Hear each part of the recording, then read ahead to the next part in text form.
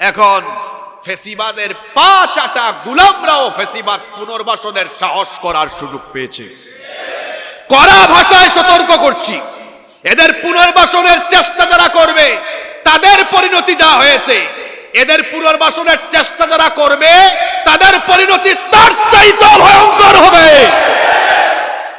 আজকে কড়া ভাষায় সতর্ক করছি। হাসনাত আব্দুল্লাহ ফেসবুকে একটা পোস্ট দিয়েছে গতকাল, আপনারা দেখছেন কিনা? ওয়াকারের কি নতুন করে কোনো কিছুর খায়েশ উঠেছে নাকি? আমি আপনার নামটা সুন্দর করে নিতে পারলাম না বলে দুঃখিত। হ্যাঁ, আপনার কি নতুন কিছু করার খায়েশ উঠেছে নাকি? সাবধান হয়ে যান। ভারতের মতো দেশ এর আগের মাদার অফ টেরোরিস্টকে সাপোর্ট দিয়ে তাকে রাখতে পারে নাই। আপনার মতো ওয়াকার সোয়াকার বকার আপনিও পুনর্বাসনের চেষ্টা করে পারবেন না। সময় থাকতে সাবধান হয়ে যান। আমরা জাতি হিসাবে ঐক্যবদ্ধ নই, আবার ঐক্যবদ্ধ হন। ঐক্যবদ্ধ হওয়া দরকার আছে। নিজেরা নিজেদের মধ্যে দূরত্ব বাড়াবেন না। নিজেরা নিজেদের মধ্যে দূরত্ব বাড়ালে আবারও বাংলাদেশের ভাগ্যাকাশে এমন কালো অন্ধকার চলে আসতে পারে, আবারও এটার ফজর হতে দেখা যাবে কয়েক যুগ লাগতে পারে। নিজের পায়ে নিজে কুড়াল মাইরেন না, নিজের পায়ে নিজে কুড়াল মাইরেন না। সিদ্ধান্ত নেওয়ার ক্ষেত্রে বিচক্ষণতার সাথে সিদ্ধান্ত নিতে হবে। আপনারা আমাকে বলেন তো, কয়েকটা প্রশ্ন করি। আজকে প্রায় 8 মাসের বেশি সময়, 8 মাস হয়েছে নাকি? August, September, October, November, December, January, February, মানে 8 মাস চলে, 8 মাস রানিং। আপনারা আমাকে বলেন তো, যারা হাজার হাজার মা বাবার বুক খালি করেছে সেই হত্যাকারীদের বিচার কি হয়েছে? জোরে বলেন, হয়েছে? হওয়া দরকার ছিল কি ছিল না? বিচার হলো না।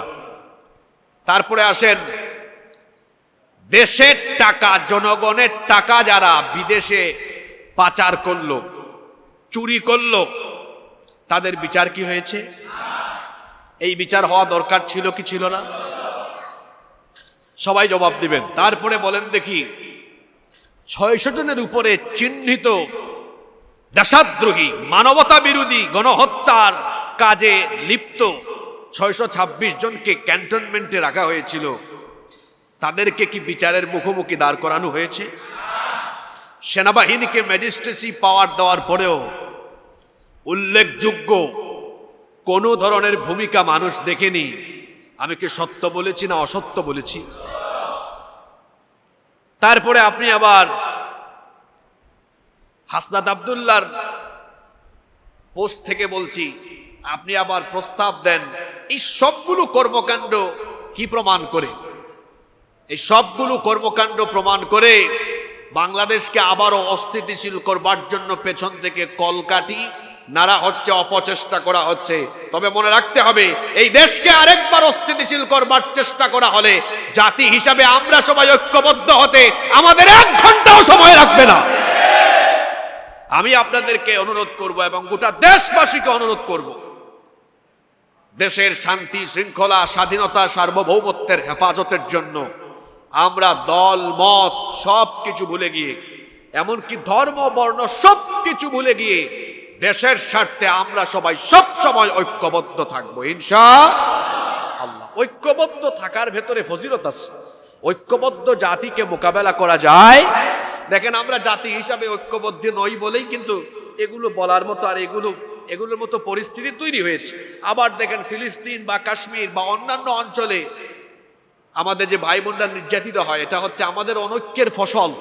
আমরা যদি ঐক্যবদ্ধ থাকতে পারি তাহলে আমাদেরকে পরাস্ত করা, মোকাবেলা করার মতো কোনো শক্তি পৃথিবীতে থাকবে না ইনশাআল্লাহ। আল্লাহ আমাদেরকে বুঝার তৌফিক দান করেন।